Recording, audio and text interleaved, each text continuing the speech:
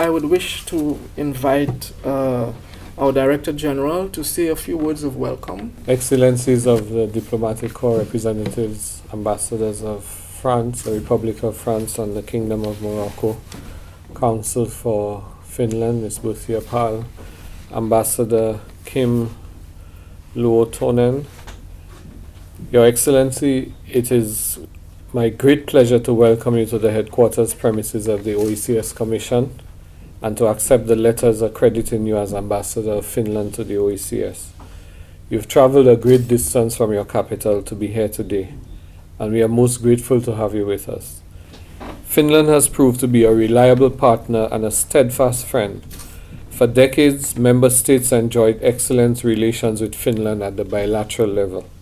Then on the 26th of May 2010, Finland established formal diplomatic relations with the OECS, signaling a purposeful and complementary step in its engagement with our region. While the Caribbean is famous for sea and sun, Finland is known in the OECS and throughout the world for its 1,000 lakes and for the phenomena of the midnight sun, something which I had the pleasure of experiencing myself. Beyond the country's natural beauty, however, Finland has generated attention in other areas. You are well respected within the international community on account of its active role in multilateral international cooperation and in international peace mediation, as well as for its concerted efforts to strengthen the role of women in the area of conflict prevention and resolution. Your country is also famous for its education system that is globally ranked as one of the best, and for its high-tech exports which feature popular brand names such as Nokia. Over the years, the Caribbean has benefited immensely from the transfer of Finnish technology. The Finnish company Wärtsilä has featured prominently in the establishment of thermoelectric power stations throughout the region through the dominating presence of its highly reputed generating machines. In addition, many of the mega ships that transport tourists to our shores are built in Finland. One can very well argue that Finnish shipbuilding skills contribute to the economic livelihood of the OECS and the wider Caribbean, as cruise tourism is one of the fastest growing segments of the tourism industry. Your Excellency, many countries in different regions of the world recognize the value of regionalism as a key driver of economic development. Finland is one such country. As a proactive member of the European Union, Finland expresses a strong commitment to regionalism and to deepening the processes of integration both within Europe and elsewhere. This commitment of Finland has found fertile ground in this part of the world, where the member states of our organization engage the future primarily through the prism of regional integration. Drawing on the time-worn notion that unity is strength, our leaders have fashioned a model of integration that was particular to the circumstances of the region and presented the best prospects for the future in the face of existing and anticipated global challenges. The watershed revision decision to revise the treaty establishing the OECS and to begin the process leading to the establishment of an economic union was taken in 2006, leading to the signing of the revised Treaty of Basel establishing the OECS Economic Union in 2010 and its operationalization in January 2011. The OECS model of integration is today hailed by many countries and international institutions, including the World Bank, as not merely unique, but as a model worthy of emulation by small island developing states. This recognition and the successes which attend the process of establishing the single financial and economic space reinforce and provide added weight to our conviction that a successful and sustainable future can only be attained through the pooling of our strengths, resources, the attendant and projected risk, and ultimately our individual sovereignties. Excellency, today Finland and the OECS are embarking upon an important chapter in the history of an excellent relationship.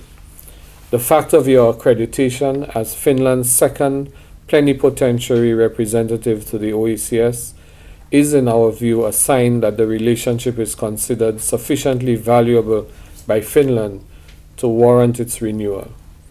We are certainly of the view that the relationship holds tremendous value to both Finland and the OECS. Finland has shared its invaluable expertise and experience with the OECS in a number of key areas, including education, the rule of law, tourism, sustainable energy, and environmental diplomacy, among others. Finland has had a long-standing program of assistance to the region in the field of meteorology in terms of capacity building and the provision of equipment. Furthermore, overseas development assistance from Finland has been channeled to the OECS through the European Union and the Caribbean Community CARICOM. Excellency, your accreditation presents us with an opportunity for further collaboration. Together, we can further pursue the development of a framework for cooperation between our respective sides. For the OECS, climate change and ocean governance present major challenges to be addressed in the quest for sustainable development. We are supremely confident of Finland's capacity to be of tremendous assistance in this regard, and you can be assured that the Commission will be sparing no effort to cause such assistance to be realized. Please accept our sincere congratulations on your appointment. I am confident that the relationship between the OECS and Finland will continue to bear fruit during your tenure. I wish finally to assure you of our fullest support and best wishes. Thank you.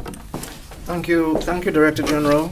At this point, could I ask Ambassador Luotonen to say a few words and to present his letters to the Director General? Your Excellency, Dr. Didacus Jules, Director General of the OECS, my colleagues from the diplomatic community, I'm most delighted to see you here also attending this important ceremony. And thank you for my Honorary Consul General, Mrs. Paal, to attend this occasion. I am most honored for this opportunity to present my letters of accreditation as Finland's plenipotentiary representative to the Organization of Eastern Caribbean States. In a world where interdependence is constantly increasing and where global challenges require common efforts, OECS is a good example of the importance of cooperating and working together to advance the interests of a region.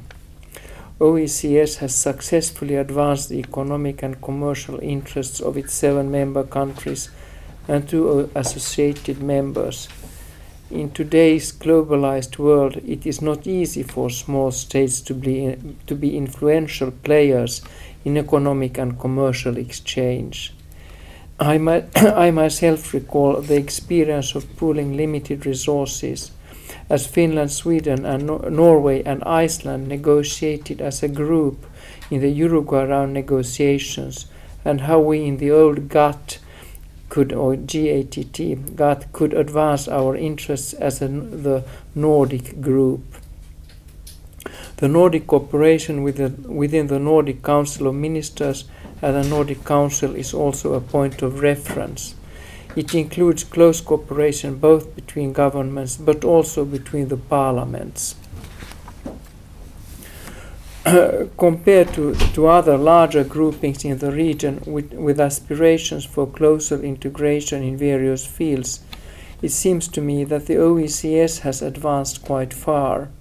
You have the Eastern Caribbean Central Bank and a common currency, a common civil aviation authority, and a Supreme Court. I think it's impressive and gives evidence to the pragmatic approach of the member states of the OECS. Together one can achieve a better result than acting all separately.